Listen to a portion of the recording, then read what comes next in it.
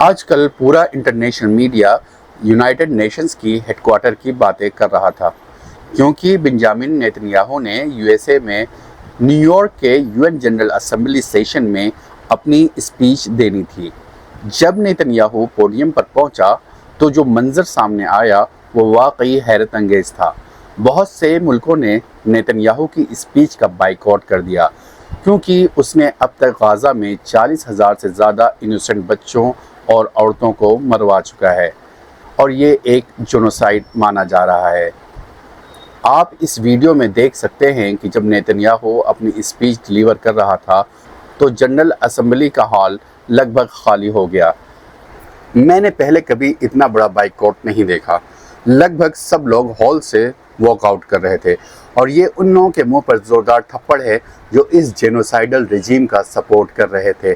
اس boycott میں کافی European اور Islamic ملک بھی شامل تھے، مگر کچھ ملک جیسے کہ انڈیا اور US نے اس بائیکاٹ میں حصہ نہیں لیا۔ بہت ساری افریقن اور مڈل ایسٹرن کنٹریز اور اسپین نے بائیکاٹ کیا تھا۔ نیتن یاہو نے جو اپنی اسپیچ میں کہا وہ کافی کنٹروورشل تھا۔ نیتن یاہو نے اپنی اسپیچ کے دوران ایک میپ دکھایا جو کہ ایک اکنامک کوریڈور تھا، لیکن اس میں فلسطین کا نقشہ بالکل نہیں تھا، جو انڈیا سے یورپ تک ٹریڈ کے لیے تھا اور اسرائیل کے تھرو گزرتا تھا۔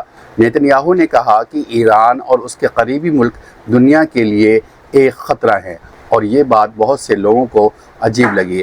عجیب بات یہ ہے کہ جس نے اتنے انوسنٹ لوگوں کو قتل کیا اس کو کیسے UN میں بولنے کا موقع دیا گیا۔ ظاہر سی بات ہے کہ امریکہ جب اسرائیل کے اس جینوسائیڈ کا سپورٹ کر رہا ہے اور فائنینشلی بھی سپورٹ کر رہا ہے اور اس کے پیچھے ہے، تو اسرائیل کے لیے کچھ بھی کرنا پاسبل ہے۔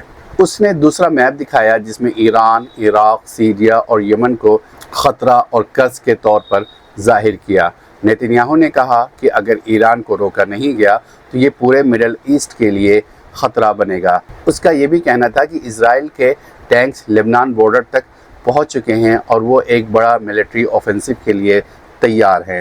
اسرائیل کی میڈیا نے کہا ہے کہ اگر گراؤنڈ آپریشن شروع ہوتا ہے تو یہ جلدی ختم ہوگا، مگر یہ بات بھی دیکھی جانی ہے کہ اسرائیل کو افغانستان جیسے مسائل کا سامنا تو نہیں کرنا پڑے گا۔ اسرائیل کے ٹینکس اور ملٹری تیار ہے اور US بھی اسرائیل کو فنڈ کر رہا ہے۔